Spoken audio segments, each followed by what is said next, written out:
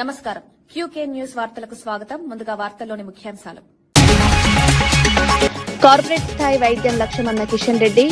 UPHC కేంద్రాలకు వైద్య పరికరాలు, పేదలకు నాణ్యమైన వైద్యం అందించడమే లక్ష్యం. వైద్య రంగంలో మరిన్ని సదుపాయాలు.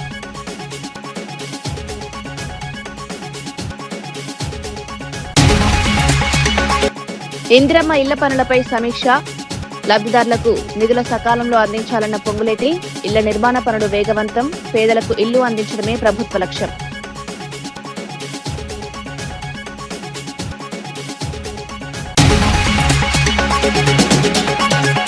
ఆర్టీసీ విలీన అంశంపై కార్మిక సంఘాలతో మంత్రి భేటీ.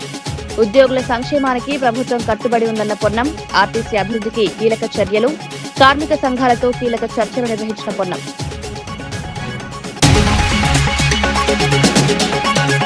శ్రీవాణి నిధులతో 5,000 ఆలయాల నిర్మాణం. ఆలయాల్లో పారదర్శకతే ప్రభుత్వ లక్ష్యం. అన్ని సేవలు ఆన్లైన్ విధానంలోనే ఉంటాయన్న బుచ్చి. టికెట్ అక్రమాలను సాంకేతికతతో గుర్తించామని వెల్లడి.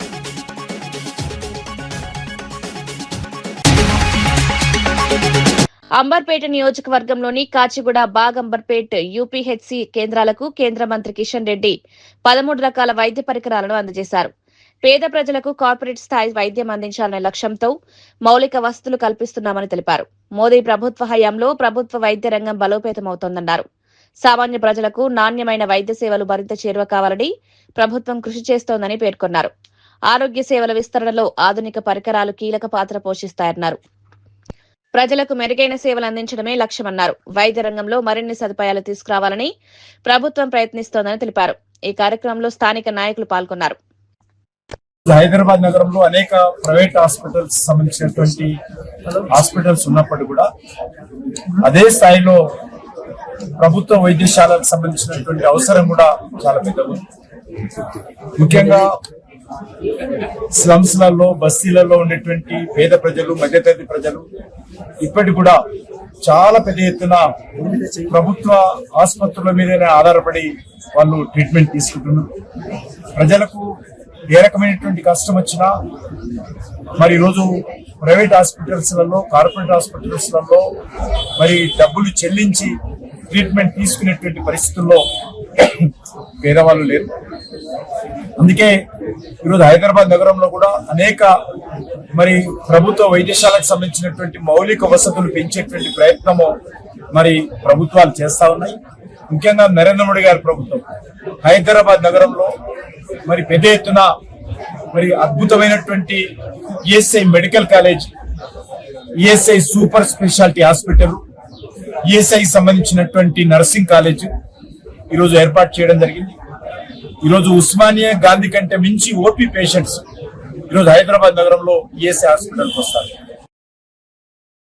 పక్క రాష్ట్రంలో విజయం సాధించగానే తాను కూడా అలాగే చేయాల్సిందంటూ మెసేజ్లు వస్తున్నాయని డిప్యూటీ సీఎం పవన్ కళ్యాణ్ వ్యాఖ్యానించారు. పార్టీ నడపడం ఎంత కష్టమో తనకు తెలుసన్నారు. ఆంధ్రప్రదేశ్ రాజకీయాలు, పరిస్థితులు భిన్నంగా ఉంటాయని పేర్కొన్నారు. 2019లో తాను కూడా ఒక రాజకీయ ప్రయోగం చేశారని గుర్తు చేశారు. అయితే ఆ ప్రయోగం ఎలాంటి ఫలితాలిచ్చిందో అందరికీ తెలుసని వ్యాఖ్యానించారు. ఈ వ్యాఖ్యలపై జన సైనికులు సోషల్ మీడియాలో స్పందిస్తున్నారు. 2019లో 3 పార్టీలతో పొత్తులు పిలివిన విషయాన్ని గుర్తు చేస్తూ కామెంట్లు చేస్తున్నారు. పవన్ కళ్యాణ్ వ్యాఖ్యలు ఇప్పుడు రాజకీయ చర్చకు దారితీస్తున్నాయి.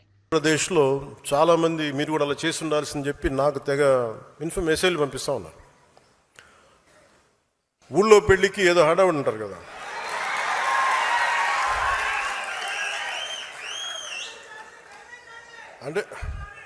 అంటే ఏంలా ఎలా ఉండదంటే మనకి సందులోనో ఒక పెళ్లి జరుగుతూ ఉంటే మన ఊళ్ళో చిన్నపిల్లలు పరిగెడుతూ ఉంటారు అటు ఇటు, వాళ్ళ ఇంట్లో పెళ్ళి అనుకున్నాడు. అరే ఆంధ్రప్రదేశ్ పరిస్థితులు వేరు. సరే వీళ్ళు చెప్పినట్టుగానే మనం కూర్చొని 2019 నిలబడ్డాం. ఎక్కడ పెట్టారు? 2 చోట్ల ఓడించారు కదా. పోనీ ఎవరైనా నిలబడ్డారు ఆ రోజున నాయకులు అంటే అందరూ పారిపోయారు కదా. సో అందుకని కంపారిజన్ పెట్టకండి. నిజంగా నేను పదవే నాకు ప్రధానం అనుకుంటప్పుడు 2008లోనే యూత్ వింగ్ కాదు ఎంపీగానే పోటీ చేశాను. 2014లో నేను ఎన్డీఏతో అలయన్స్లో ఉన్నప్పుడు నేను మల్కాజ్గిరి నుంచి ఎంపీగా పోటీ చేయాల్సి ఉంది. బట్ నేనేమనుకున్నానంటే, ఎందుకు చెప్తున్నాను ఇదంటే, నేను ఒక పార్టీని నడపాలి. ఇది సమాజంలో మార్పు పట్టుకు రావాలంటే నాకు తెలియాలి కదా కష్టం. ఒక కమ్యూనిస్ట్ నాయకులను చూస్తే కింద క్షేత్రస్థాయిలోకి వెళ్ళారు, నలిగారు, దెబ్బలు తిన్నారు. ఒక కాంశీరామ్ దెబ్బలు తిన్నాడు, నలిగారు. ఒక పార్టీని నడపడం ఏదో కూర్చోబెట్టి ఎదిగేయటం వచ్చేయటం పదవిలో కూర్చోవడం కాదు. ఎలా నడపగలం? ఒక సమూహాన్ని నీతో పాటు నడిపించాలని నీకు ఎంత సత్తా ఉండాలి, ఎంత అవగాహన ఉండాలి నీకు. నువ్వు ఆ భావజాలను కట్టుబడి ఉంటావా లేదా అనేది మనకు తెలియాలి. అందుకని ఇవన్నీ నిర్ణయించుకొని ఒక దశాబ్దం నేను నలుగుతానని నిర్ణయించుకున్నాను. అది 2007 నుంచి మొదలుపెట్టిన ప్రయాణం 2014-18 దాకా అలా నడుస్తూనే ఉన్నా. నలిగాను దశాబ్దం. ఆ తర్వాత 2019 చేశాను. ఎంత గెలుస్తానో తెలియదు, ఓడిపోతానో తెలియదు. బట్ అసలు ఐ వాంటెడ్ ఎక్స్పెరిమెంట్. చూద్దాం ఏం జరుగుద్దు. దెబ్బ తినకుండా ఏది రాదు. అదే 2024కి దాని గురించి మళ్ళీ వివరిస్తాను మీకు. అంటే ఇవన్నీ నేను ఒక పార్టీని నడపడానికి ఎంత బలం ఉండాలి, ఎంత భావజాలం ఉండాలి, ఎన్ని కఠినమైన పరిస్థితులను ఎదుర్కొంటే తప్ప నేను నడపలేని పార్టీని. ఈ రోజున అందరూ నన్ను వదిలేసిన నేను పార్టీని చాలా ధైర్యంగా ముందుకు తీసుకెళ్ళగలను. ఆ ధైర్యం నాకు ఈ సుదీర్ఘ పుష్కర కాలం నాకు ప్రయాణం నాకు ఇచ్చింది. నాకు Ponnuru YSRCP incharge Ambati Muralikrishna TDP MLA Dhulipala నరేంద్రపై తీవ్ర ఆరోపణలు చేశారు. వైఎస్ఆర్సీపీ నాయకులపై ఆరోపణలు చేయాలన్న ప్రయత్నం వికటించిందని వ్యాఖ్యానించారు. రైతులపై అక్రమ కేసులు నమోదు చేశారని తెలిపి వైఎస్ జగన్ స్వయంగా రైతు కుటుంబాలకు మనోధైర్యం కల్పించారన్నారు. మొక్కజొన్నకు మద్దతు ధర ఇవ్వాలని అడిగినందుకే రైతులపై ఈ చర్యలు తీసుకున్నారని ఆరోపించారు. రైతుల గోడౌన్లపై దాడులు చేయడం దుర్మార్గమని మండిపడ్డారు.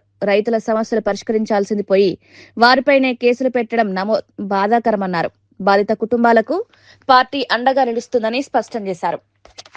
జగన్మోహన్ రెడ్డి గారి ఆదేశాల మేరకు ఈ గ్రామానికి రావడం జరిగింది. ఈ గ్రామం వచ్చినప్పుడు పెక్కు విషయాలు వారి దృష్టికి గ్రామస్తులు తీసుకుని వచ్చారు. ఏమిటయ్యా అంటే, ఈ గ్రామంలో సముద్ర తీర ప్రాంతాల్లో ఆక్వా కల్చర్ ఎలా ఉంటుందో, ఎక్కడ చూసినా అదిగో మొక్కజొన్న, ఇదిగో మొక్కజొన్న, ఆ పక్కన మొక్కజొన్న ఆరేసం, ఈ గుడిలో మొక్కజొన్న, ఇంటింటికి కూడా మొక్కజొన్న, ఎక్కడ చూసినా మొక్కజొన్నలు ప్రవాహంలాగా ఉన్నాయి. ప్రతి సంవత్సరం ఇలా ఉండే కాదు. ఎందుకయ్యా అంటే, జగన్మోహన్ రెడ్డి గారు ఉన్నప్పుడు 2400 రూపాయలకి కల్లాలోనే కొని తీసుకెళ్లిపోయేవాళ్ళు. ఏదైనా మాయిశ్చర్ కంటెంట్ ఎక్కువ ఉంటే ఒక 2 రోజులు ఆరబెట్టి ఎత్తుకెళ్లేవారు. ఈ రోజు కొనే దిక్కు లేదు. దానికి మద్దతు ధర ఇమ్మని 2400 రూపాయలు అడిగినందుకు ఇదంతా ధూళిపాల నరేంద్ర చేశాడు. అంతేకాకుండా ఇంకొక భయంకరమైన నగ్న సత్యం ఏంటయ్యా అంటే, ఈ గ్రామంలో ధూళిపాల నరేంద్ర తాను కొన్నానని చెబుతున్న 2100 రూపాయలు 1650 కొంటున్నారు. ఒక్క బస్తా మొక్కజొన్న కూడా ఈ గ్రామంలో తెలుగుదేశం గాని జనసేన వాళ్ళ దగ్గర కూడా కొనలేదంటే మీకు అర్థమవుతా ఉంటది. ఆయన కొన్న మాట వాస్తవం. చింతలపూడి, వల్లభరావుపాలెం, పచ్చల తాడిపర్రు, టేకూరు, ఆయన ఎవరైతే వర్ణం ఉందో ఆయన కులానికి సంబంధించిన తెలుగుదేశం రైతుల దగ్గర కొనుక్కుని గూడాల్లో నిలవబెట్టుకున్నాడు. 1. 2, ఈ గ్రామంలో ఏ తల్లి మెడైనా చూడండి పసుపు కొమ్ము కాక తాళిబొట్టులు లేవు. ఎందుకంటే మొక్కజొన్న అమ్ముకుంటే డబ్బు వచ్చేది, కూలీలకి ఇవ్వడానికి డబ్బు లేదు. అందరూ కూడా బ్యాంకులో పెట్టుకున్నారు. ఈ గ్రామానికి సర్పంచ్ చేసినటువంటి పెద్ద కుటుంబానికి చెందినటువంటి పిచ్చిరెడ్డి గారు, అక్కిరెడ్డి గారి భార్యలు కూడా బంగారాన్ని ఈ రోజు బ్యాంకుల్లో కుదవ పెట్టుకున్నారంటే ఆ మహనీయుడు రైతు బాంధవుడు జగన్మోహన్ రెడ్డి గారు లేకపోవడమే ఈ దుర్మార్గానికి కారణం కాదా అని అడుగుతా ఉన్నా. సాయంత్రం నరేంద్ర గారు వస్తారట. పెద్దేటమ్మ తల్లి దగ్గర ఏదో సత్యమేవ జవతే అని పూజ చేస్తారట. తర్వాత ఏదో సచివాలయం దగ్గర మీటింగ్ చెప్పి ఆయన విషయాలు చెప్తారంట. ఈ పెద్దేటమ్మ తల్లి మీద ఒట్టేసి నేను కొన్ని వాస్తవాలు చెప్తాను. ఈ పెద్దేటమ్మ తల్లి గుడి ఒంటి చేత్తో నేను నిర్మించి గ్రామానికి అంకితం చేశాను. గ్రామస్తులు దాన్ని నడుపుకుంటా ఉన్నారు.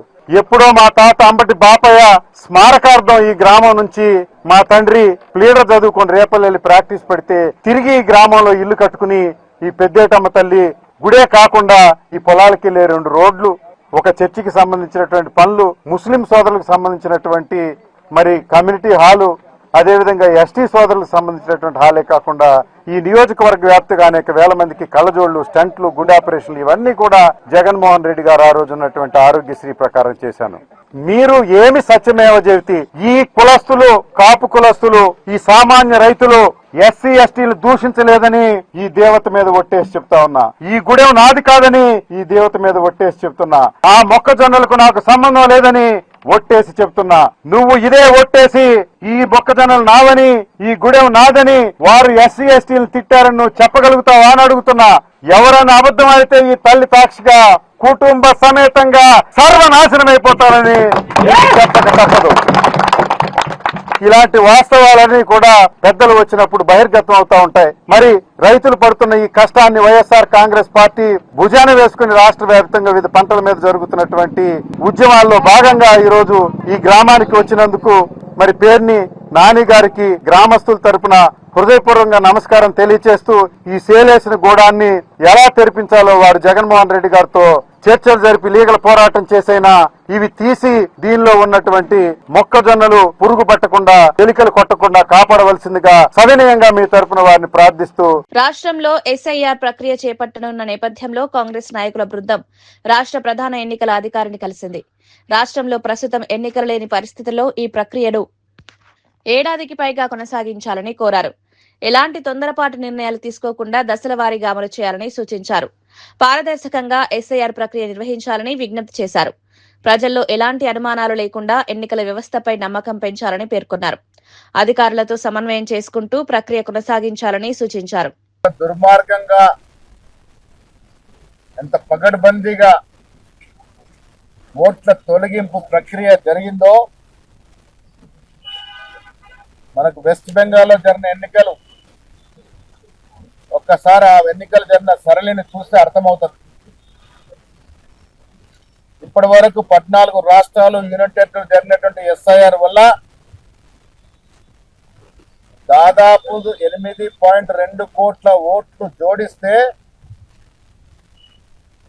దాదాపు 6 కోట్లు 5 కోట్ల నేరబర్ 90 లక్షల ఓట్లు తొలగింపు జరిగింది. ఇప్పటి వరకు దాదాపు 58.2 కోట్ల ఓట్ల సరళిని ఎస్ఐఆర్ జరిగితే దాంట్లో దాదాపు 10% ఓట్ల తొలగింపు జరిగింది.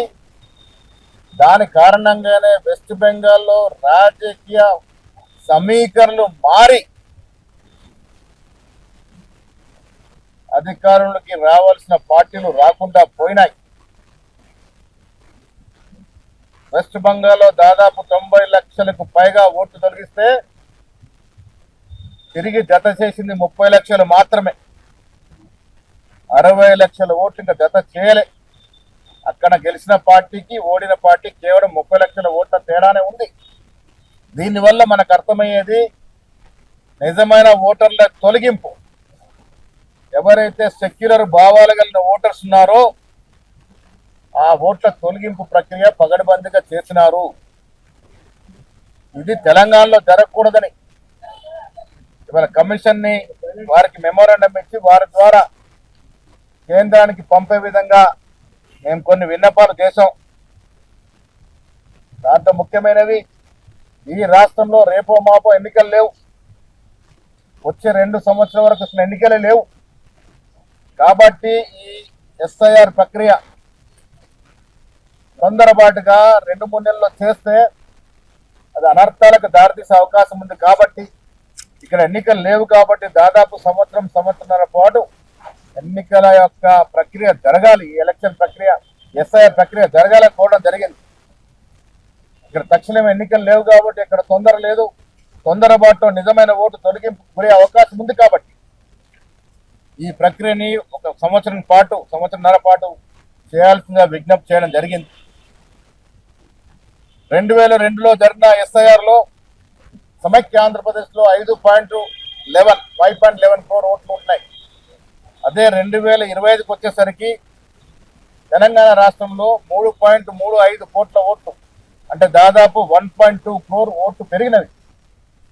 ఈ 2002 డాక్యుమెంట్ 2025 డాక్యుమెంట్ కూడా రిజిస్టర్డ్ పొలిటికల్ పార్టీస్ ఇవ్వాల్సిందిగా విజ్ఞప్తి చేయడం జరిగింది.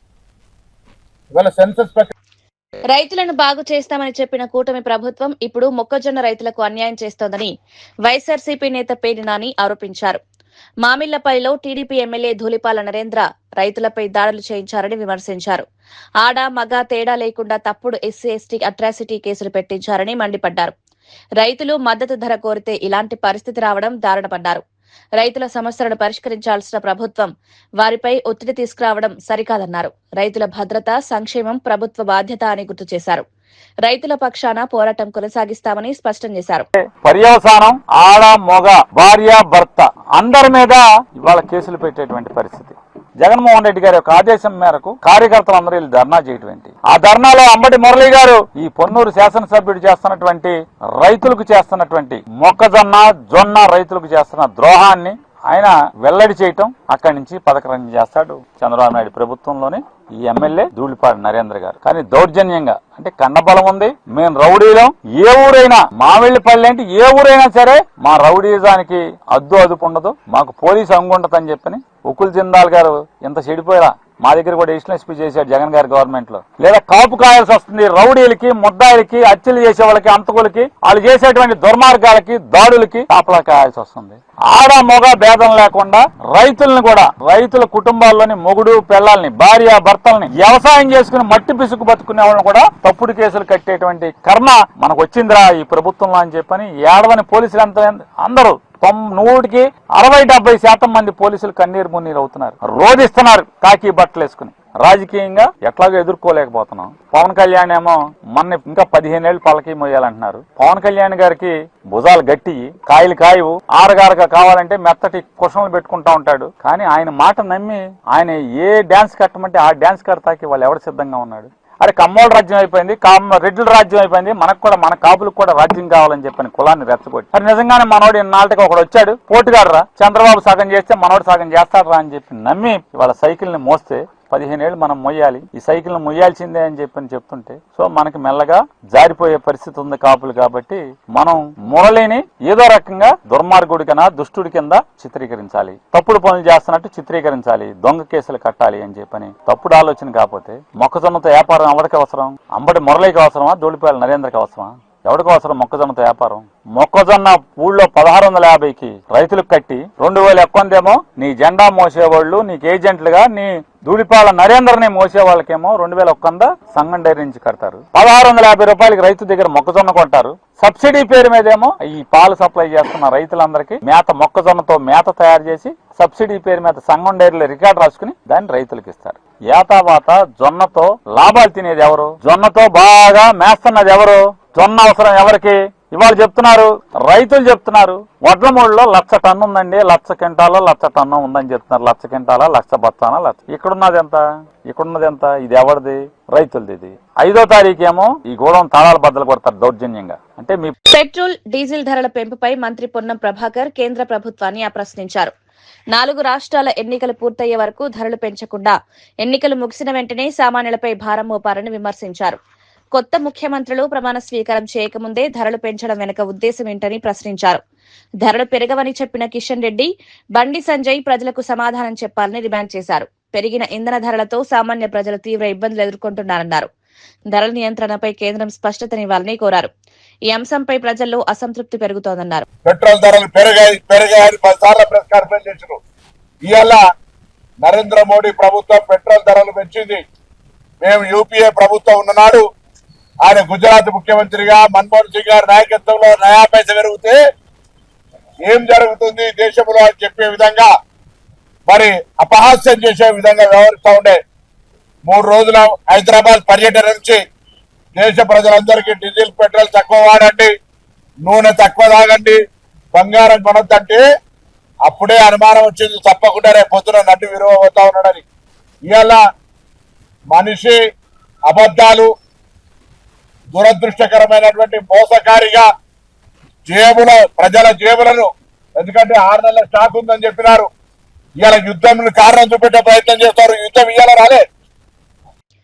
మెదక్, జహీరాబాద్ ప్రాంతాలను ప్రపంచ స్థాయి ఇండస్ట్రియల్ హబ్ గా తీర్చిదిద్దేందుకు ప్రభుత్వం కృషి చేస్తోందని మంత్రి శ్రీధర్ బాబు తెలిపారు. నాటి ప్రధాన ఇందిరాగాంధీ దూరదృష్టితో ప్రారంభమైన పారిశ్రామిక అభివృద్ధిని కొనసాగిస్తున్నామని పేర్కొన్నారు.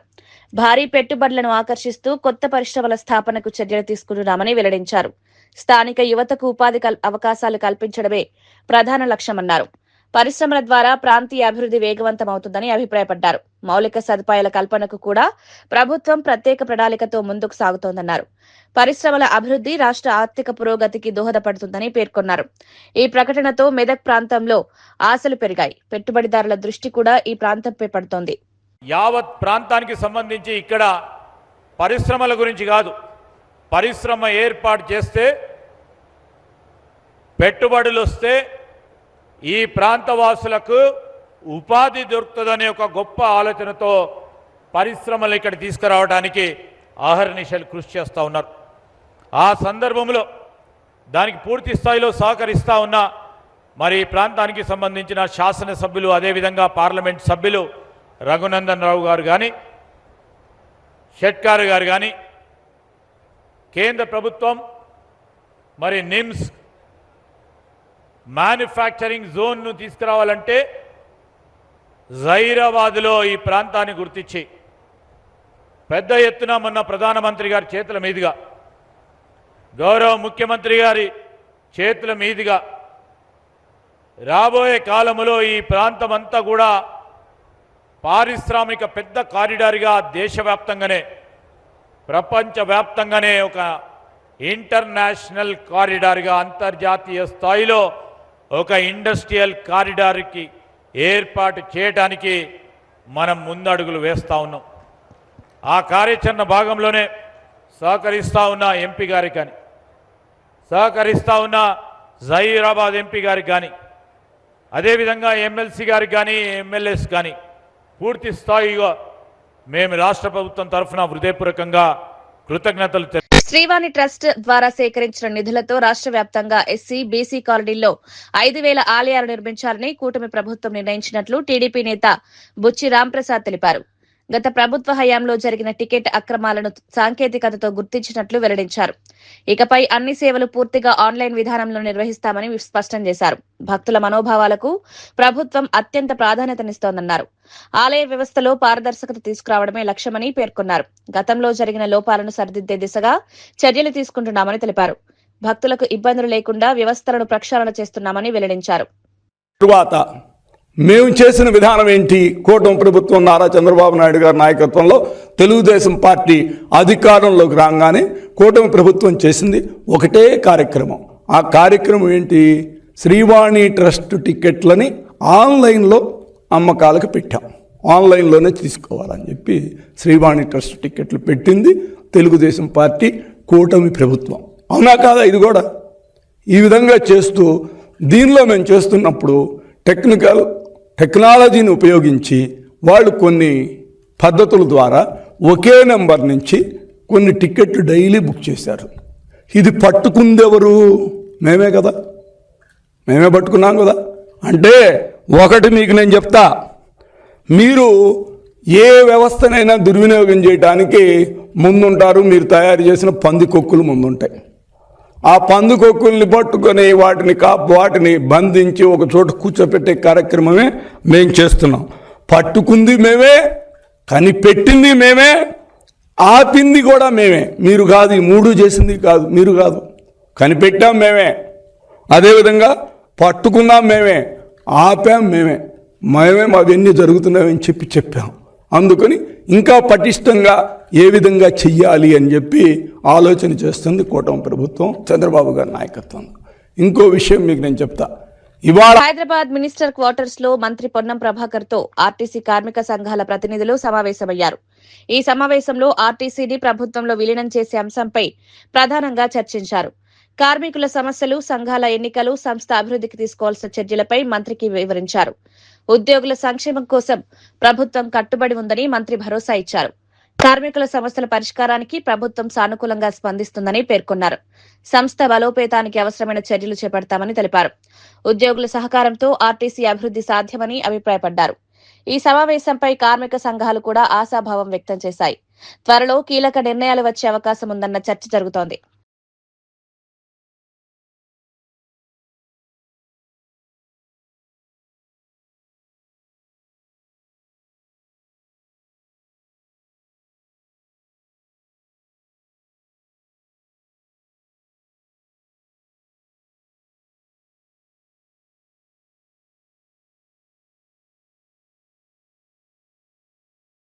హైదరాబాద్ హౌసింగ్ కార్పొరేషన్ కార్యాలయంలో ఉమ్మడి ఖమ్మం జిల్లా ఇందిరమ్మ ఇళ్ల పురోగతిపై మంత్రి పొంగులేటి శ్రీనివాసరెడ్డి సమీక్ష నిర్వహించారు. ఎంపీ బలరాం నాయక్ ఎమ్మెల్యేలతో కలిసి నిర్మాణ పనుల పురోగతిపై చర్చించారు. లబ్దిదారులకు నిధులు సహకారంలో అందించేలా చూడాలని అధికారులకు సూచించారు. రెవెన్యూ అధికారులతో సమన్వయం చేసుకుంటూ పనులను వేగవంతం చేయాలని ఆదేశించారు. ఇళ్ల నిర్మాణాల్లో ఎలాంటి ఆలస్యం చేయకుండా చర్యలు తీసుకోవాలని స్పష్టం చేశారు. పేదలకు ఇల్లు అందించడమే ప్రభుత్వ లక్ష్యమన్నారు. పనుల నాణ్యతపై కూడా ప్రత్యేక దృష్టి పెట్టాలని సూచించారు. త్వరగా నిర్మాణాలు పూర్తి చేయాలని అధికారులను ఆదేశించారు.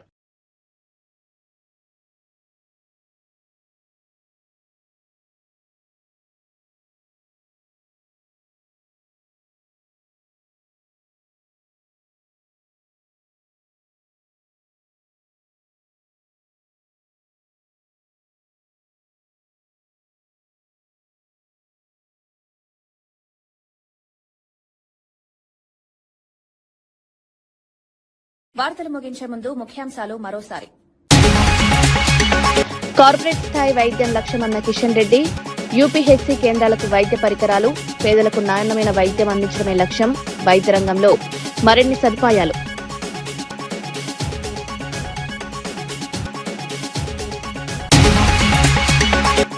ఇందిరమ్మ ఇళ్ల పనులపై సమీక్ష. లబ్దిదారులకు నిధుల సకాలంలో అందించాలన్న పొంగులేటి. ఇళ్ల నిర్మాణ పనులు వేగవంతం. పేదలకు ఇల్లు అందించడమే ప్రభుత్వ లక్ష్యం.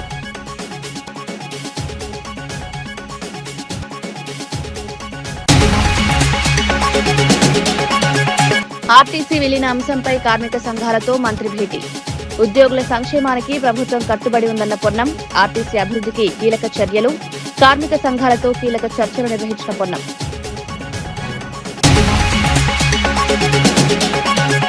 శ్రీవాణి నిధులతో 5,000 ఆలయాల నిర్మాణం.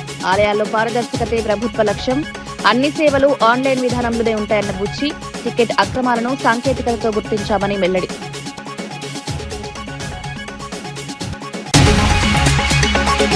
విశేషాలు మరో బులెటిన్లో మళ్ళీ కలుద్దాం. నమస్కారం.